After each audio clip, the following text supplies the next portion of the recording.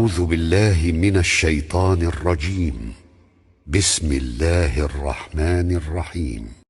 قال الله إني منزلها عليكم فمن يكفر بعد منكم فإني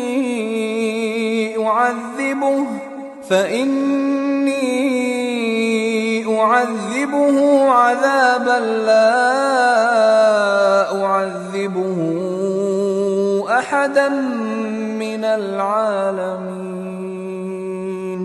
وإذ قال الله يا عيسى ابن مريم أأنت قلت للناس اتخذوني وأمي إلهين من دون الله